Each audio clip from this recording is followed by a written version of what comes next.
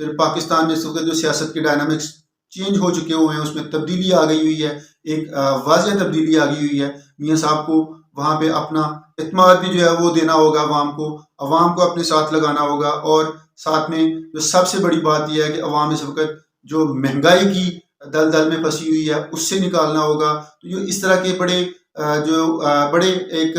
مختلف قسم کے اور بڑے مشکل قسم کے چیلنجز ہیں جو میاں صاحب کو فیس کرنے ہوں گے۔ اب یہ دیکھنا ہوگا کہ میاں صاحب جو ہے سب سے پہلے وہ کس طرح کی ریسیپشن حاصل کر پاتے ہیں، اور اس کے بعد وہ کس طرح سے پاکستان کے موجودہ حالات سے جو ہے وہ میٹ کریں گے اور پاکستانی عوام کو اپنے ہونے کا ایک ثبوت دیں گے۔ تو ناظرین، پروگرام کے آخری حصے میں اگر کھیلوں سے جڑی کچھ خبروں کا تذکرہ کریں تو اس وقت تک جو کرکٹ ورلڈ کپ 2023 انڈیا میں کھیلا جا رہا ہے وہ ابھی تک یہی تاثر سامنے آ سکا ہے۔ ٹیمیں کہیں پہ جو ہے وکٹ کے مس بہیو کی وجہ سے جو ہے وہ متاثر ہو رہی ہیں، اور کہیں پہ ٹیمیں جو ہیں وہ اپنے فوکس نہ کرنے کی وجہ سے میچ ہی سارا ان کے ہاتھ سے نکل جاتا ہے۔ اگر ساری ٹیموں کے لحاظ سے بات کی جائے تو اس وقت نیوزی لینڈ ایک ایسی ٹیم ہے جو فلی ڈسپلنڈ اور فلی جو ہے وہ فوکس کے ساتھ، اور جو ہے وہ بولنگ، بیٹنگ، فیلڈنگ تینوں شعبوں میں جو ہے وہ اپنی اپوزیشن ٹیم کو جو ہے ٹف ٹائم دے رہی ہے۔ ان کے پاس فٹنس بھی بہت ہے، ان کے پاس جو ہے وہ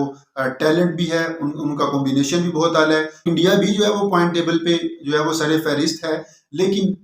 انڈیا جو ہے وہ اس نے بہت سے میچوں میں جو ہے وہ سچویشن کا بھی فائدہ اس کو ملا ہے، ہوم گراؤنڈ کا بھی فائدہ ملا ہے، اور سچویشن خود قسمتی سے ان کے نام ہو گئی، اور جو ہے وہ ابھی تک وہ بھی ناقابل شکست نظر آ رہی ہے پوائنٹ ٹیبل پہ۔ تو ناظرین، اگر بات کریں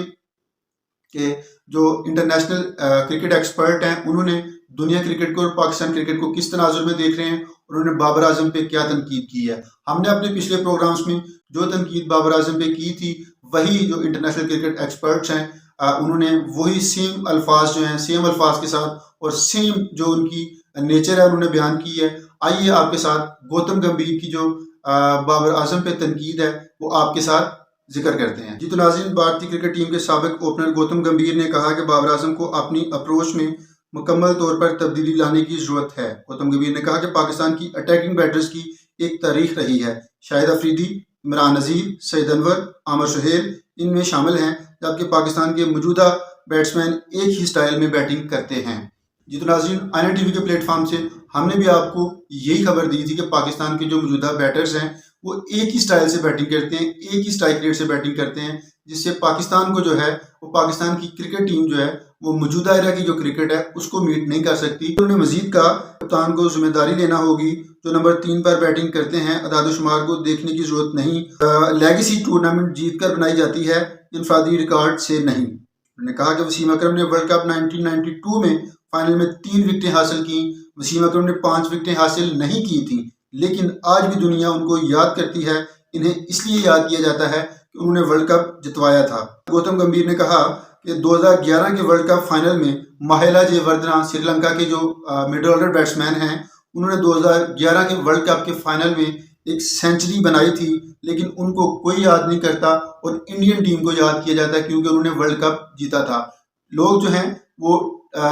ٹیموں کے جیتنے کو اور جو آپ کی جو مجموعی طور پر ٹیم کی پرفارمنس ہے اس کو دیکھا جاتا ہے، انفرادی پرفارمنس کو نہیں دیکھا جاتا۔ اس کے بعد انہوں نے مزید یہ کہا اگر پاکستان کو جیت کے لیے 190 رنز ملتے تو ان کا مائنڈ سیٹ صرف جیت ہوتا، اگر کپتان دفاعی ہوگا تو پھر ٹیم بھی دفاعی ہوگی۔ آپ دیگر کھلاڑی کو کمرے میں بند کر کے یہ نہیں کہہ سکتے کہ پازیٹیو کھیلو اور خود آپ ایک اینڈ پہ کھڑے رہیں۔ ان کا یہاں پہ کہنے کا مطلب ہے کہ اگر جو پاکستان اور انڈیا کا 14 اکتوبر کو میچ ہوا ہے تو اس میں پاکستان نے 190 رن کا ٹارگٹ انڈیا کو دیا تھا، تو انڈیا نے جو ہے وہ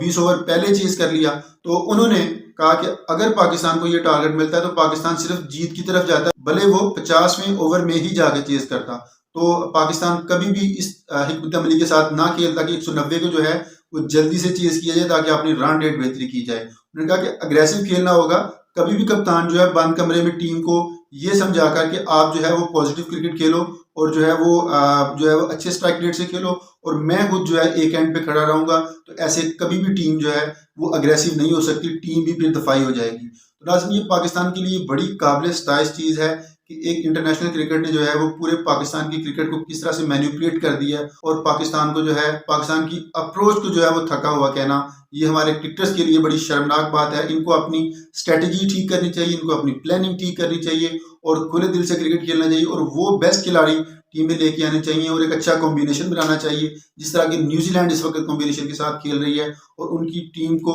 اور ان کی جو میچ ہوتا ہے وہ پاکستان جو کرکٹ شائقین ہے وہ دنیا بھر سے کرکٹ شائقین اس کو دیکھنا پسند کرتے ہیں، لیکن جو ہے جو دنیا بھر میں ہماری جو ایک ہماری جو عزت ہے اس کی رسوائی ہو رہی ہے، اس کو کوئی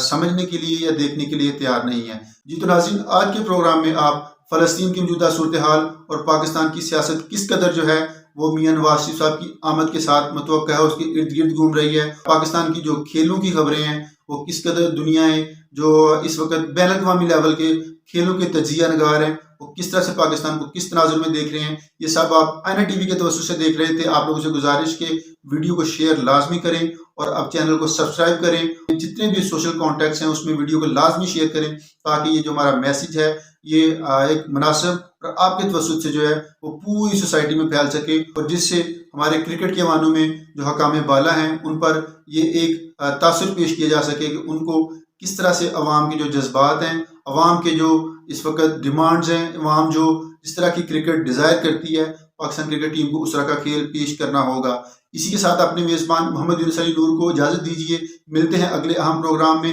اللہ حافظ۔